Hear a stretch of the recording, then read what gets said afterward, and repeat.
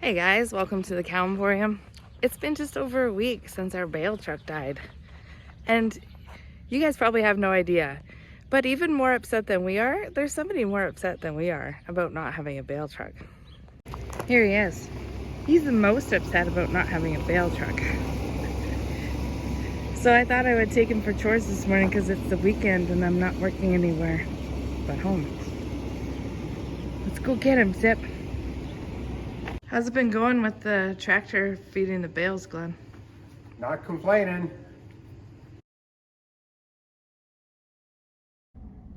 This is a much smaller dugout east of our place down by where the bees are. And you can see it's still overflowing.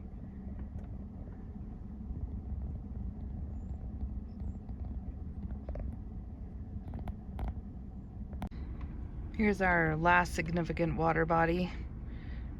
Still kind of overflowing its edges. If you watched last week's video, this is the one that the calf was inside the fence of. Yeah, looks good. Still holding water. We're probably gonna have to, Glenn and his dad are probably gonna have to start watering from this pretty soon.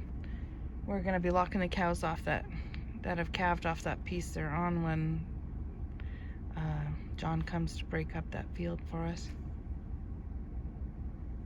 So they'll be drinking out of this for a bit.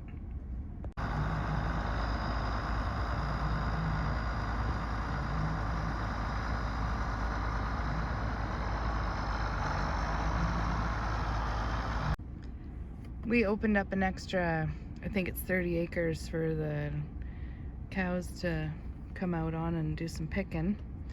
It's grassland that we're actually planning on breaking up this year. And there's a nice slough in it, so these cows that have calved can just drink out here. So we're gonna have the people that are doing our farming break this up for us this year with a disc. That video won't be on this week, but we'll be sure to try and get some of that if we are around when he comes over, because you know it's not gonna take him too long.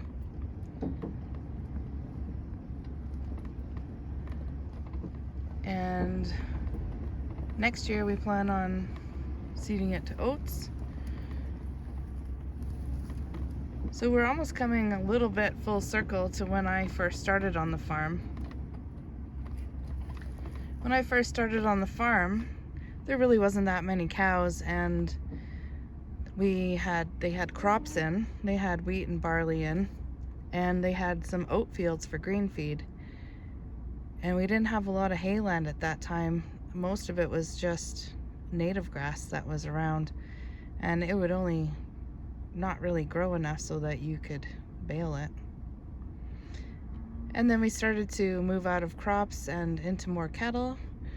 And then we planted some fields of hay, and we did that for several years. And now we're starting back into breaking up the hay and planting some yearly crops like oats.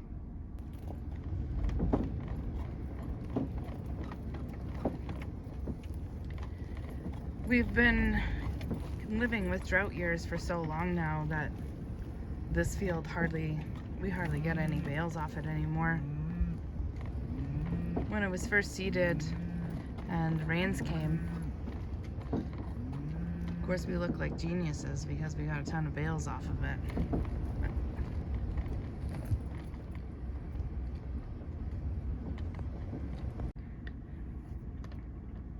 Because this piece has been grass for so long, we're gonna have a significant problem with our gophers population once this is broken. So Glenn's already planned, we got measures in place to kind of deal with that. He doesn't really like to share that, but like last year we spent a lot of money, a couple $1,000s, and got rid of, well, probably just us, Glenn and I, we got rid of probably 5,000 gophers. And the person doing some farming for us also came out and Probably got rid of just as many. So our neighbors kind of to the southeast of us also broke up their pasture. So it was a long-term pasture. This has not been pasture for that many years, but theirs was pasture since pretty much I came on the scene. So that's a lot of gopher houses to try and get rid of.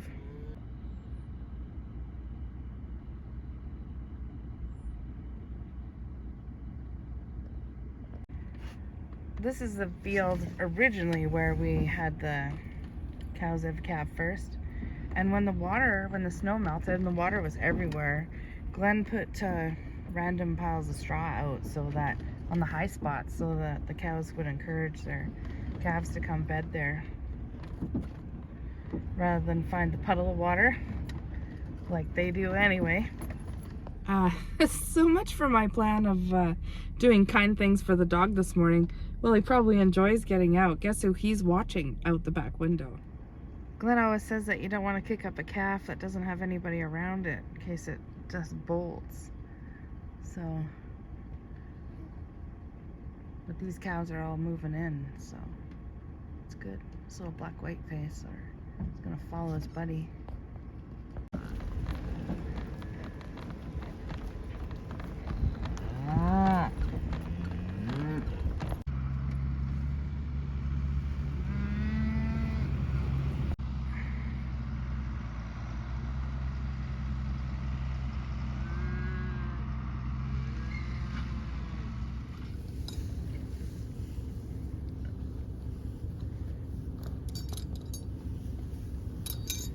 Not going well this morning.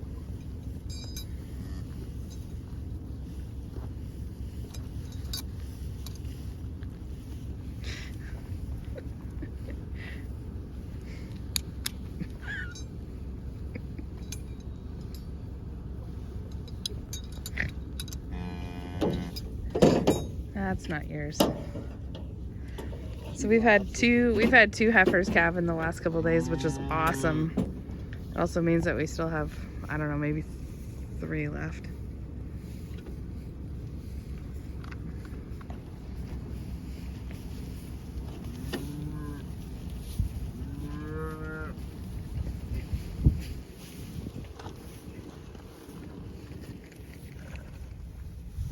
You guys need boxing gloves?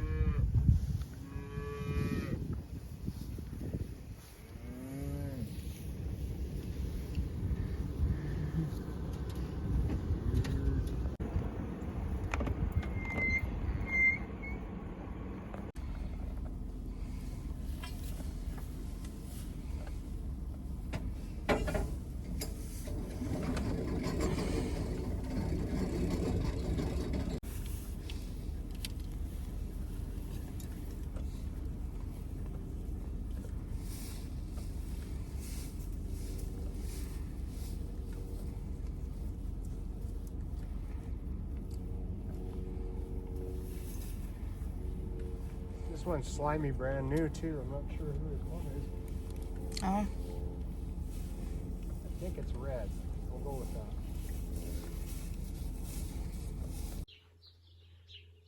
Yeah, I just had a new bull dropped off that we bought this year. He's a little spooky, so I'm going to put him with some of our in our problem pen, so he's got some company, because he's brand new and doesn't know anybody, and I just as soon he stayed here and didn't take the fence down, so we'll get him in with some other cows and that'll settle him in quicker.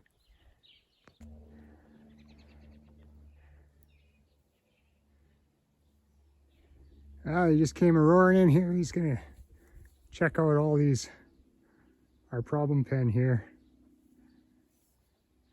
At least he's got friends.